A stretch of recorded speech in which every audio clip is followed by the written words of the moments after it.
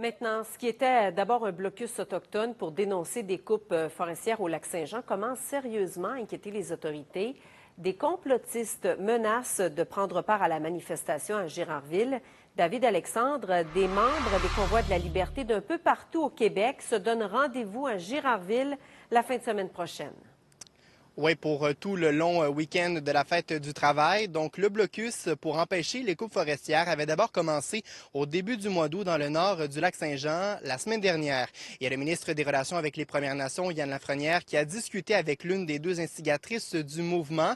La femme autochtone avait accepté de cesser ce blocus tout en continuant ses manifestations. Aujourd'hui, Yann Lafrenière était de retour dans la région pour s'assurer que le blocus ne recommence pas parce que, vous l'avez dit, il y a des groupes qui n'ont rien à voir avec la cause autochtone, qui souhaitaient venir ici pour manifester et poursuivre le blocage. La SQ nous mentionne que les camions de produits forestiers résolus peuvent toujours circuler en forêt à l'heure actuelle, mais pour Yann Lafrenière et le chef de Mashtewiyats, il est clair qu'il y a des manifestants qui souhaitent profiter du conflit.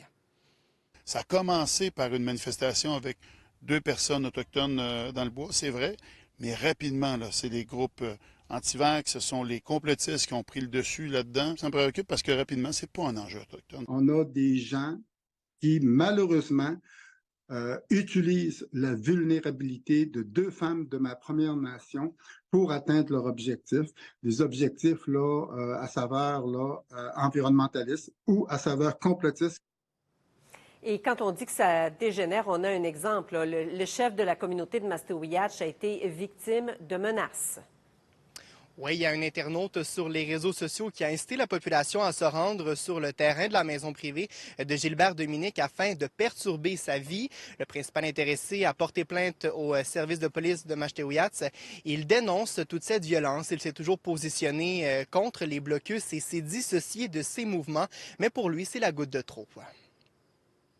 Qu'il y ait des désaccords sur certaines approches, c'est tout à fait normal, c'est même là, sain pour la démocratie, mais qu'on perd la tête puis qu'on utilise là, bien sûr là, ces occasions pour envoyer des signaux de ce genre, de venir s'attaquer là, personnellement à des personnes.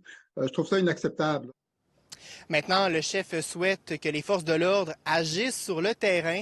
Il dénonce que les manifestants savent trop bien que la police va hésiter à intervenir sur ce territoire parce que ça concerne des enjeux qui sont autochtones. Donc, les autorités surveillent la situation de très près et craignent des débordements, malheureusement. Merci beaucoup, David Alexandre.